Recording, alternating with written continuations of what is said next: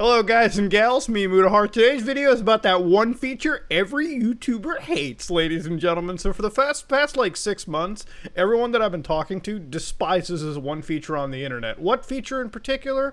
Well, ladies and gentlemen, if you have a YouTube channel, it's basically right there in your face every day. Now, if you look into YouTube right here, you can see this thing called latest video performance, okay?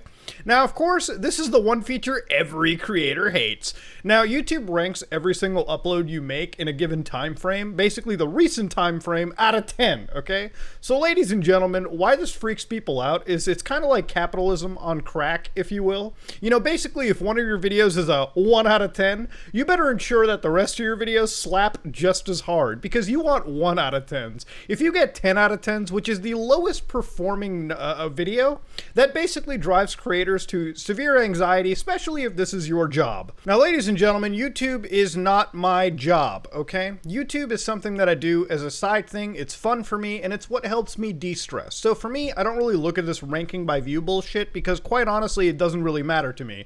I upload videos that either slap, or they do just fine, or they absolutely fall down. I upload whatever it is that I want, whether it's laughing at something, whether it's ripping on something, whether it's using Linux and basically putting you into the cult of virtual machines.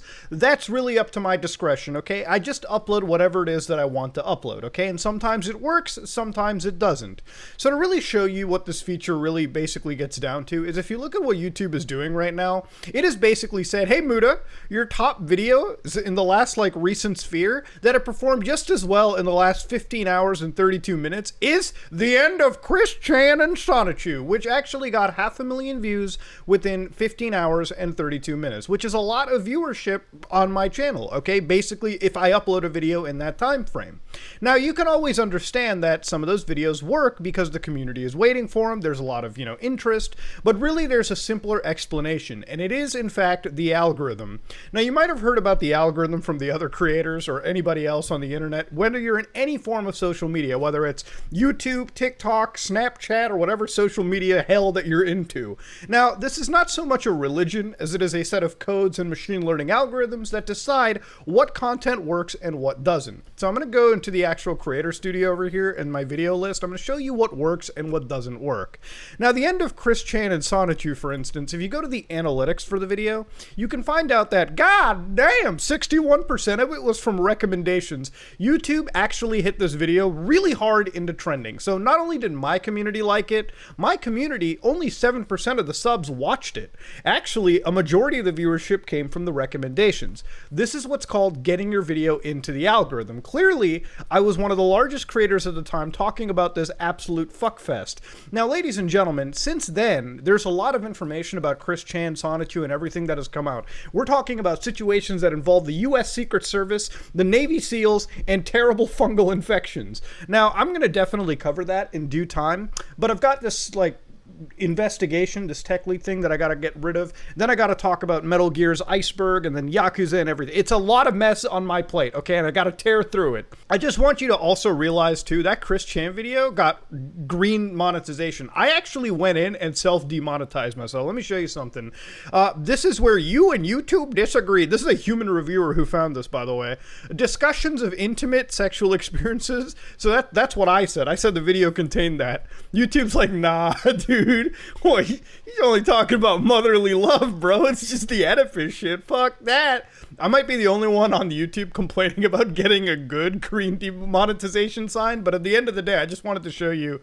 I found that a little funny, by the way. Now, at the same time, here's videos that don't work. For instance, this is a $2 million copy of Super Mario Brothers. Now, I like to talk about this because I find that anytime somebody spends $2 million on an NES cart, it blows my fucking expectations. But as you can imagine, YouTube's algorithm wasn't too friendly to this video. In fact, I got 98,000 less views than usual, right? So if you look at it, this is my 10 out of 10 video, right? This is basically no one was watching it. YouTube put out to 93,000 people, and that's pretty much it. The video died. Now again, if we go back to the studio system over here, you can very much tell that that $2 million copy was at the lowest peak right there. And of course, the highest is the Chris Chan video. So there are ranges to this entire experiment.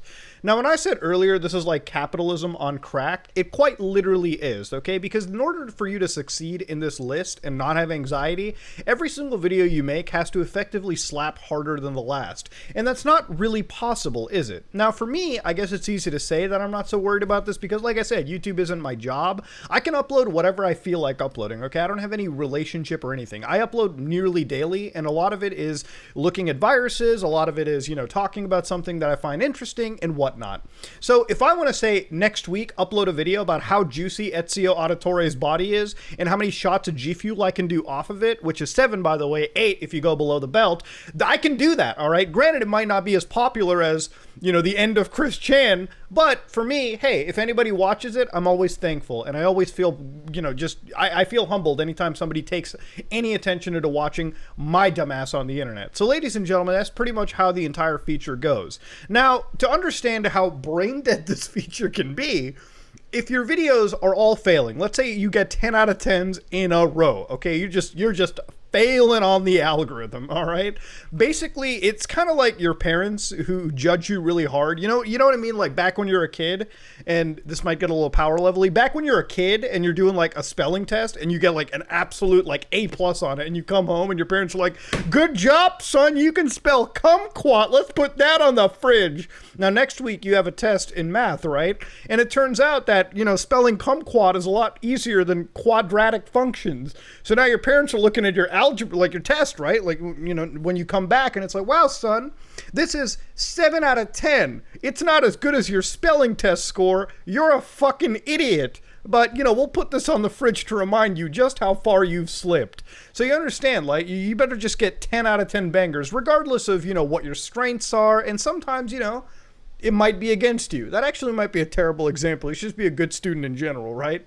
Now, ladies and gentlemen, if you consistently do poor, all right, 10 out of 10s, meaning you're just failing every day, your parents in this case eventually realize, okay, son, okay, daughter, we realize you're kind of a dipshit now, aren't you? So we're gonna put your score, we're gonna put your overall average down. Now all of a sudden, every single video you're doing is a 1 out of 10, a 2 out of 10, because the overall average, what they're comparing it to, has been reduced. That's kind of what this entire thing works. So basically, to understand, right now, for the next 2 weeks, my entire video performance and rating is based on a story of how someone had relations with their own mom. That's what's gonna be the peg, okay?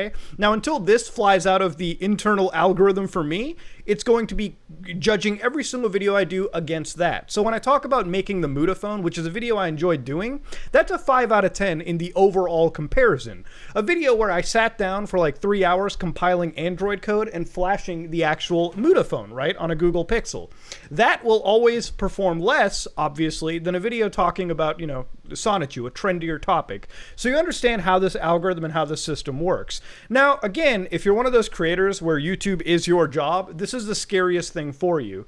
But it's one of those things where I highly advise, if you're ever going to do YouTube or really anything in general, you need to stop looking at the numbers like this. And I know that's kind of a weirdly pretentious thing to be saying, and that's also like, you can't really do that if this is your job. Like, you have to create content that works, that's supporting you.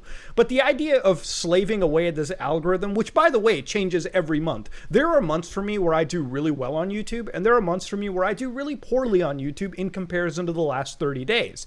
But the reality of it is, it's all a fluctuation. Life in general is just fluctuation, okay? There are going to be points on YouTube for you where you'll succeed and points where you absolutely fail. And I think one of the best advices that anybody can give anyone on this platform is you have to learn to appreciate your gains, and you have to learn to temper your expectations, because every time you're on this platform and you get that 1 out of 10 video, it's going to feel like the greatest day in the world. You're going to feel like the best person on the planet. But as soon as you get those 10 out of 10s, if you're this knee deep in the numbers, it's going to actually bring you, it's going to bring your content, and it's going to bring your personality down. So creators out there, don't feed into the YouTube crack capitalist system, okay? Listen, the algorithm will basically promote whatever it is that they want to promote. But I think ultimately in the long term, if you produce content that you enjoy for your channel, like listen, All of my virtual machine videos perform terribly compared to every other video. You think I'm gonna stop doing that? Fuck no! I got a video where I take my graphic card and I make 4 virtual machines run on it. Can you imagine that? I made 1 graphic card turn into 4.